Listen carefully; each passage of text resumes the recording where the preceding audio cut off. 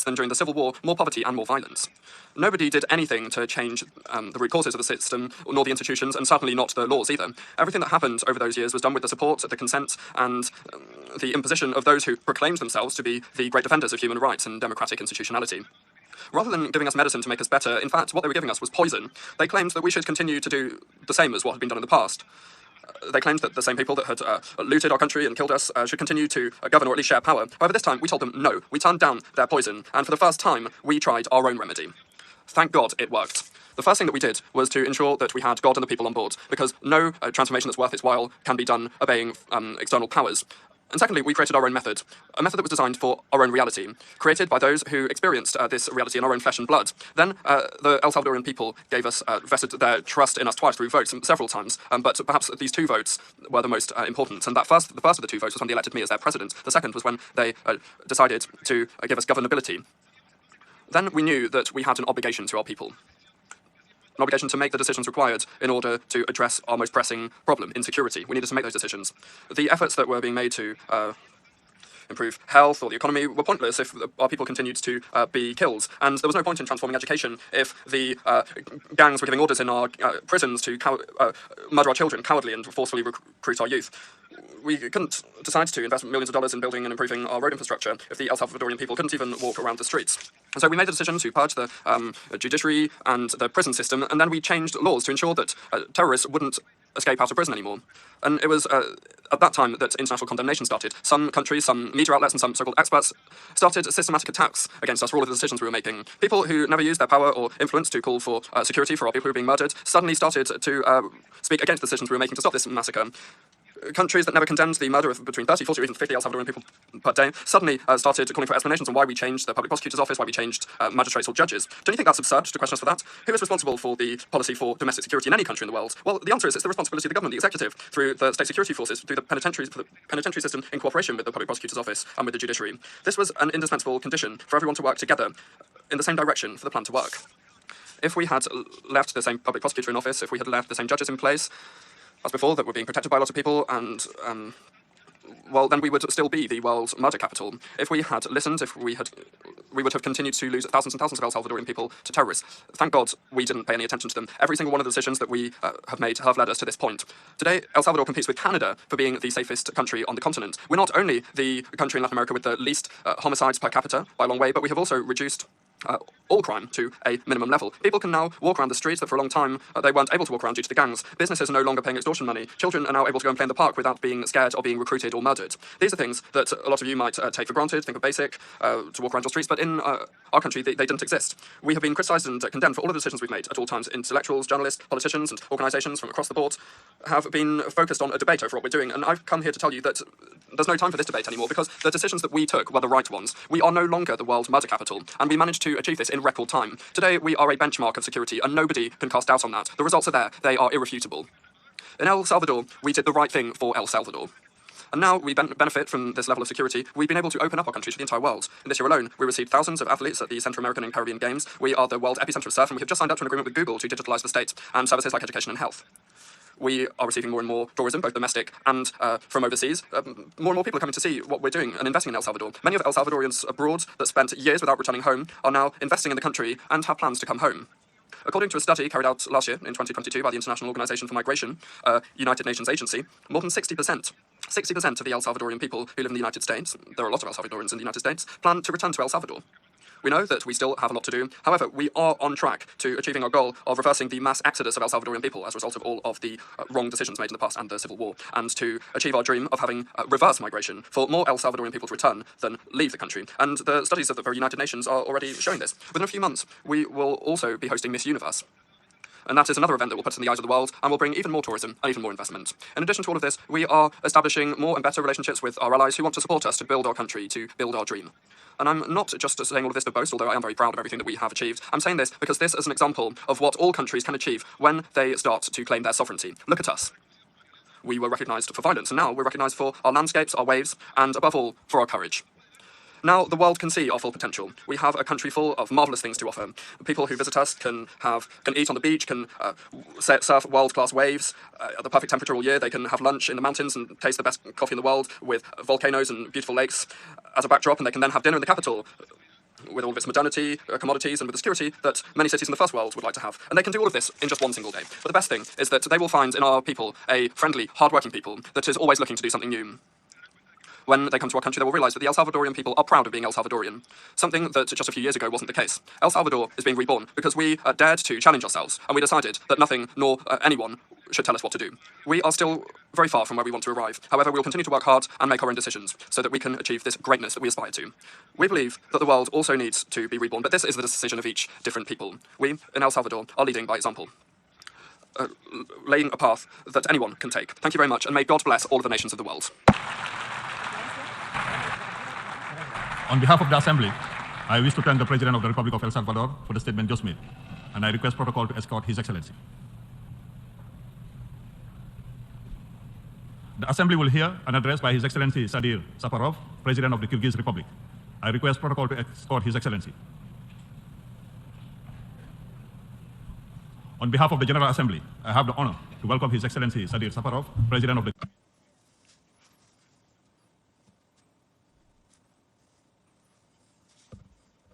Mr. Secretary General, Mr. President, distinguished heads of delegations, ladies and gentlemen. First of all, I would like to congratulate the High Representative of Trinidad and Tobago, Mr. Dennis Francis, on his election as the President of 78th Session of the UN General Assembly. I would like to wish you success and fruitful accomplishments in this important position. You can count on the support of Kyrgyzstan during your presidency. I express my gratitude to the President of previous 77th Session of UN General Assembly, the representative of Friendly Hungary, Mr. Csaba Kureshi, for his active work and support for his international initiatives of Kyrgyzstan. Ladies and gentlemen, today the world is at a turning point. We are all witnessing and seeing with our own eyes the negative changes in the world order, increasing geostrategic competition between major powers and their blocs. Geopolitical tensions are leading to the fact that the world is moving towards fragmentation into regional, sub-regional, financial, and economic blocs and systems. It is also obvious that the governments of various countries will be compelled or forced to make economic, technological, geopolitical choices. Among the shocks on a global scale that have not become a thing of the past, I would like to note the spread of coronavirus infection, which cost humanity millions of lives and economic losses exceeding $12 trillion. The world today is experiencing the highest inflation rates and food prices not seen in the last 60 years. The risk of geoeconomic fragmentation, according to the International Monetary Fund, could lead to a drop in global gross domestic product by 7%. The decline in trust between different countries and groups of countries is alarming. However, I am convinced that the current global challenges and risks from climate and crisis and the threat to food security to growing inequality should, on the contrary, unite all the members of the international community. It is vital to build a multilateral system that does not allow further fragmentation of geopolitical landscape in the world. Were international conditions easier 78 years ago, when the United Nations was just beginning its work after the bloodiest and most destructive war in human history than it is today? Were the contradictions between the countries, especially political and ideological, less acute than in our time? What prevents member states from hearing one another and trying to overcome the differences and establish a dialogue? Over the past years, despite the Iron Curtain and military bloc thinking, the UN has been and remains the most legitimate and commonly recognized platform of diplomacy, uniting developed and developing large and small countries. Kyrgyzstan strongly supports the UN as the only universal, intergovernmental, international organization mandated by all member states to find solutions to the challenges and threats that constantly arise before humanity. I count on our organization under the leadership of Secretary General Mr. Antonio Guterres and with effective support of member states to find mechanisms and ways to more effectively perform all its functions and assist member states in solving pressing global issues and overcoming challenges. This is especially crucial in supporting sustainable development through the implementation of the 2030 Agenda. I call on all member states to provide unconditional political support to the organization and its Secretary General at this challenging time. I thank UN Secretary General for presenting the new Agenda for Peace policy brief with his vision for the future of multilateral security cooperation. We agree with the main thesis that the driving force behind the new multilateralism must be diplomacy. We are ready to work closely for a close and active work on a development of future pact during the future summit in 2024. Ladies and gentlemen, speaking about Central Asia, I would like to note the following. We, representatives of Central Asian nations that are related and are proud of their millennia-old history and culture, we have a lot in common. Traditions and customs. Much brings us together in terms of similarities in mentality, attitude, and the view of the world. The ongoing global processes have a direct impact on the stability and security in our Central Asian region. And on the other hand, they strengthen its role and significance. One of the highest priorities of our country is to strengthen our relations with countries of the region. I note with satisfaction that in recent years, regional cooperation in Central Asia has been developing consistently in all directions. I see our region as a unified geo-economic space where all forms of economic cooperation interaction are successfully being formed. I see our region as a geopolitical intermediary through which the interaction and cooperation of members of international community are facilitated. I see our region as actively interacting and dynamically developing communities that share and support similar culture, historical and traditional values and beliefs. Kyrgyzstan intends to contribute to the strengthening of regional cooperation, discover new effective forms of collaboration, and effectively engage with various global centers of influence in both bilateral, multilateral formats. On the path to full regional integration, it is necessary to resolve issues related to legal delineation of state borders.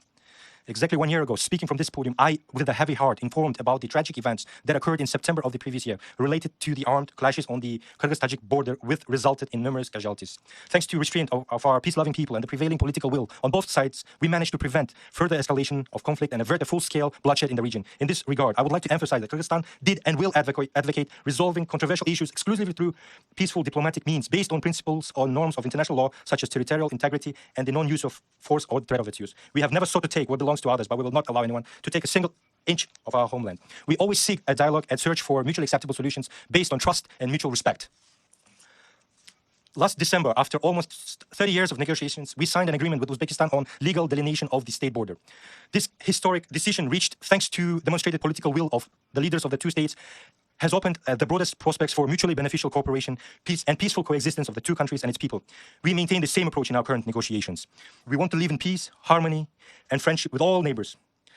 Speaking of security and stability in Central Asia, it is essential to consider them in the context of the situation in Afghanistan. I consider it extremely important to remind the international community, that the people of Afghanistan are experiencing significant difficulties which are amplified by the lack of coordinated global stance on the situation in this country.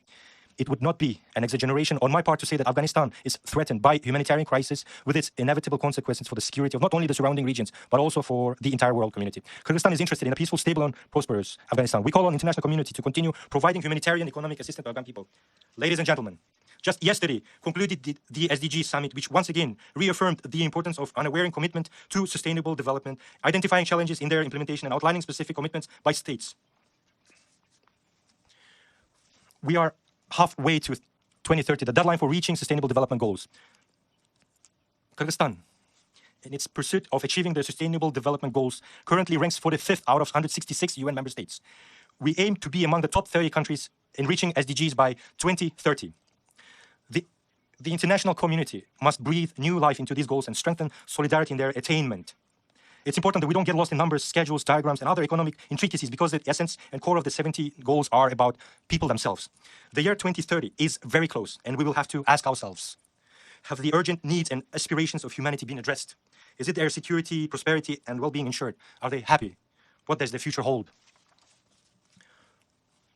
Problems such as extreme poverty and climate change can only be solved by finding a global collective response. As rightly emphasized by the esteemed Secretary General of the UN in his report on financing sustainable development, without the means to invest in sustainable development and carry out transformations in energy and food systems, developing countries are falling behind on the path of achieving sustainable development goals. The current realities are such that developing countries are facing a dual challenge. They need to invest in development while simultaneously adapting to climate change. In this regard, we call for urgent action to implement Addis Ababa Action Agenda on financing for development, specifically for the swift establishment of the fund aimed at providing compensation to countries for losses and damages related to climate change, alleviating the burden of external debt, and improving the international architecture for debt resolution. Ladies and gentlemen, at previous climate change summits and conferences, ambitious statements and promises were made. It is also clear that the level of annual funding announced in 2015 under the Paris Agreement is no longer sufficient anymore. We consider it necessary to revise, significantly increase the level of funding that meets the real needs of countries vulnerable to climate change. Another issue is that a significant portion of the climate financing is provided to low and middle income countries in the form of loans. There is also no distinction in the loan allocation procedures for projects with a cost of $1 million or $1 billion. This undermines the very essence and purpose of climate agreements. I have already reached out to our partners with a request to exchange external debt for environmental projects. Unfortunately, we have not yet received responses from most of the developed countries. Only the German government agreed to write off 15 million euros of debt. We would like to take this opportunity to thank the German government. We urge donors to reconsider their approach in favor of providing climate financing to countries on grant basis. We support the Bridgetown initiative proposed at the last climate conferences in Sharm el-Sheikh, as well as the calls made at the Summit for a New Global Financial Pact in Paris in June this year to mobilize the necessary financing and structural reform of the international financial architecture. If we don't start doing this now, then injustice in the world will grow. Rich countries will continue getting richer, and poor countries will continue getting poorer. Ladies and gentlemen, in light of global change, mountainous regions have been particularly vulnerable. In Kyrgyzstan, mountains occupies about 94% of the territory. Mountain glaciers are the integral part of the Earth's cryosphere, influencing not only the climate of our planet, but also providing habitat for flora and fauna and supplying water to people. Climate change in Central Asia has led to intensive melting of glaciers. If earlier it was predicted that by 2050 the area of glaciers in Kyrgyzstan would be reduced by half, by 2100 they could disappear altogether. Now there is a reason to believe that this will happen much faster. This leads to aggravation of problems throughout the region, such as lack of water for drinking and agriculture, land degradation, and a threat to food security. In accordance with the latest assessment report of the Intergovernmental Panel on Climate Change, the adverse effects of cryospheric changes are particularly acute for the residents of high mountain regions, where ecosystems have reached their limits of adaptation. In order to effectively preserve mountain ecosystems and glaciers, based on the resolutions previously adopted by the UN General Assembly on sustainable mountain development, our country, in collaboration with Global Mountain Partnership and other representatives of the UN system, has developed a global action plan. We are grateful to all partners, countries, and international organizations for their joint work. Kyrgyzstan advocates for the creation of a broad coalition of mountainous countries. We believe that climate adaptation and the transition to green economy will be among the main priorities of the future coalition. As you may know, in 2022, at the initiative of our country and the Italian Republic, the United Nations General Assembly unanimously adopted the resolution on sustainable mountain development, co-sponsored by 110 member states. This document declared the years from 2023 to 2027 as 5 years of action for the development of mountain regions. I would like to take this opportunity to express my sincere gratitude to all UN member states for supporting our initiative. To further implement the UN resolution, I have signed a decree on declaring the years from 2023 to 2027 as the 5-year period of action for the development of mountain regions in the Kyrgyz Republic, and a national roadmap for the implementation of the 5-year period of action for the development of mountain regions for 2023 to 2027 has been developed, which will also be adopted shortly. The roadmap includes measures at the global, regional, national levels, including within the framework of existing prospective projects and measures related to SDGs. As the concluding stage of the 5-year action, we plan to host the second Global Mountain Summit, Bishkek Plus 25 in Kyrgyzstan in 2027, 25 years after the first summit. I would like to invite everyone from this distinguished rostrum to actively participate and make concrete commitments to preserve mountain ecosystems. We express our gratitude to partners from Group of Friends of Mountainous Countries, the Global Mountain Partnership, and the entire UN system for their comprehensive support of Kyrgyzstan's initiatives. We express our readiness to continue fruitful cooperation. Ladies and gentlemen, for successful progress in addressing the current challenges and threats, we need to establish an effective system of international security. A key element of this mechanism is the United Nations Security Council. Today, more than ever, it is crucial to enhance its effectiveness in order to make this body fairer, more representative, and to increase its capacity to achieve consensus in decision-making. Progress is needed in negotiations on reform of the UN Security Council. Kyrgyzstan expresses its readiness to make its contribution to the cause of peace and security through effective peacemaking, respect for human rights, and the equal participation of women in peace and peace processes. We also aim to protect the interests of least developed and small island nations. We have put forward our candidacy for a non-permanent membership in UN Security Council for the 2027-2028 term and count on support from our esteemed member states.